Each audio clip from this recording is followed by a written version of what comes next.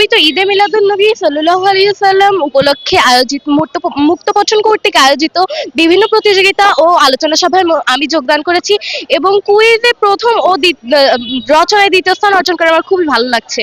আমি আজকে খুবই আনন্দিত এবং এই অনুষ্ঠানটা আমার অনেক ভালো লেগেছে। আমি ধন্যবাদ জানাই তাদেরকে যারা এই অনুষ্ঠানটি আয়োজন করেছে। আমি চাই আগামীতে এই অনুষ্ঠানগুলো আরো হোক, আর আমি যেন পার্টিসিপেট করতে পারি, কারণ এই অনুষ্ঠানটিতে অনেক বিদ্যালয়ের স্টুডেন্টসরা পার্টিসিপেট করেছে, তাই আমার অনেক ভালো লাগছে।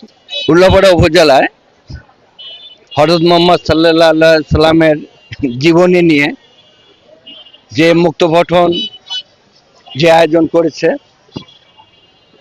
তা জন্য ছোট ছোট এই যে শিশুরা, এরা জ্ঞানের প্রতিভা বিকাশ পাবে এদের, এবং হযরত মুহাম্মদ সাল্লাল্লাহু আলাইহি সাল্লাম সম্বন্ধে তারা জানার আগ্রহ প্রকাশ পাবে এবং তারা জানতে ইচ্ছুক হবে।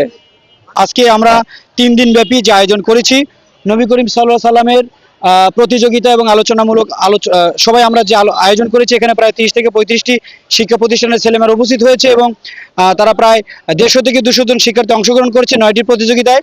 তাদেরকে পুরস্কার দেওয়া হচ্ছে এবং আজকে টোটাল শিক্ষার্থী 59 জন শিক্ষার্থী পুরস্কার পাচ্ছে এবং পুরস্কার হিসেবে থাকছে হচ্ছে গাছ এবং বই, যেটা আমাদের জীবনের জন্য প্রয়োজন।